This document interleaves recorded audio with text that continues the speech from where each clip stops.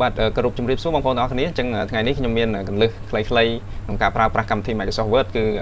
ថ្ងៃនេះខ្ញុំចង់បង្ហាញបងប្អូនអំពីការដាក់រូបភាពនៅក្នុងកម្មវិធី Microsoft Word បាទអញ្ចឹងដើម្បីដាក់រូបភាពនៅក្នុង Microsoft Word គឺយើងចូលទៅ Insert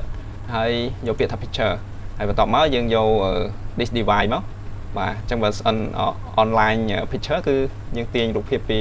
internet មកអញ្ចឹងណាបាទបើយើងដាក់នៅក្នុងរូបភាពយើងស្រាប់នៅក្នុង computer យើងយក this picture មក this device បាទជាស្រ័យអញ្ចឹងចូល this device មកបាទអញ្ចឹងមានរូបភាពច្រើនឧទាហរណ៍ថាខ្ញុំរើសមួយនេះចុះបាទអញ្ចឹងវាសារវា load មកច្រើនខ្ញុំរកសិនរូបភាពដែលទូទៅ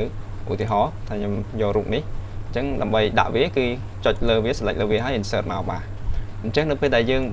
ដាក់ចូលមកហើយវាមិនមែនតែប៉ុណ្្នឹងចប់ទេនេះយើងទាញអត់ទៅយើងចាប់ទាញអត់ទៅទេអញ្ចឹងយើងត្រូវចេះកំណត់វាឲ្យងាយស្រួលផ្លាស់ទីឬពេលខ្លះឲ្យវានៅក្រោយអក្សរនៅអីចឹងណាបាទអាហ្នឹងតើតើនឹង position វាបាទអញ្ចឹងយើងមានផ្លូវកាត់យើងអាចចុចនេះចុចទៅលើសញ្ញានេះយើងចូលទៅយើងរើសវាអញ្ចឹង inline with text នេះវាន័យថាវានៅជួរមួយអក្សរយើងអញ្ចឹង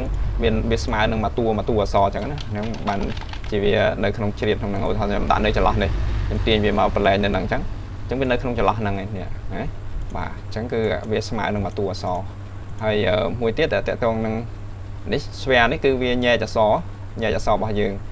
ជាប្រអប់ជាជ្រុងអីចឹងទៅអញ្ចឹងឧទាហរណ៍ថាខ្ញុំវាយអក្សរបានច្រើនមកដើម្បីងាយស្រួលដាក់ប្រៀបធៀបបាទអញ្ចឹងនៅពេលនេះវានេះវាលក្ខណៈវាចែកជាប្រអប់តើយើងមានដក clear អីចឹងទៅវាញែកមកខាងទៀតហើយបាទវាយើងអត់មានដក clear វាសេជាប់ពេកបើអត្ថបទធម្មតាវាត្រូវមានដក clear មានអីចឹងទៅបាទនេះវាអីគេជា sphere ហ្នឹងហើយបាទអញ្ចឹងពេលខ្ញុំដក clear វានេះទៅវាដាក់កើតវាដាក់អស់អញ្ចឹងវានៅនេះហើយវាញែកអក្សរយើងជា sphere ហ្នឹងបាទហើយមួយទៀតបើសិនជាយើងរើសនេះជាថៃហ្នឹងអាហ្នឹងវាញែកអក្សរដែរប៉ុន្តែវារៀងតាមរៀងរបស់រូបអញ្ចឹងណាបាទអញ្ចឹងអាចមើលនេះហ្នឹងទៅមើលគំរូរបស់វាហ្នឹងទៅអាចយល់បានខ្លះហើយបាទអញ្ចឹងអ្វីដែលយើងច្រើនប្រើអ្វីដែលភាគច្រើនគឺយើងប្រើប្រាស់វាគឺមានពីរឯងគឺទីមួយនៅពេលដែលយើងដាក់មក default វាគឺវាអញ្ចឹងគឺវាញែកអក្សរយើងអញ្ចឹងវានៅមួយអក្សរយើងអញ្ចឹងតែបើសិនជាយើងចង់ងាយស្រួលផ្លាស់ទីគឺយើងយក in front of text នេះអញ្ចឹងខ្ញុំប្រាប់ពីអាណាដែលគេច្រើនប្រើអញ្ចឹងយើងយកដាក់ in front of text ហ្នឹងទៅទាញទៅណាក៏បានដែរ in front of text គឺវានៅខាងមុខ text វានៅខាងលើ text យើងដាក់ទៅបាំងអញ្ចឹងណាបាទបាំង text យើងតែហ្នឹងគឺយើងទាញទៅដាក់នៅតាណាក៏បានដែរហើយមួយទៀតយើងយក behind text បាទអញ្ចឹង behind text គឺនៅខាងក្រោយអក្សររបស់យើងវិញដាក់ទៅនៅចូលពីក្រោយអញ្ចឹងបើអត្ថបទយើងច្រើនទៅវានឹងនៅពីក្រោយអក្សរពេលខ្លះយើងពិបាកចាប់វាឲ្យចំយើងចុចឲ្យវាចំ select វាដើម្បីផ្លាស់ទីហ្នឹងគឺយើងពិបាកអញ្ចឹងហើយយកល្អយើងដាក់នេះខ្ញុំចុចអត់ចំរូបទេអញ្ចឹងដោយសារវា behind វានៅខាងក្រោយអញ្ចឹងតើយើងចុចឲ្យខុសអក្សរតែមិនចំបាទ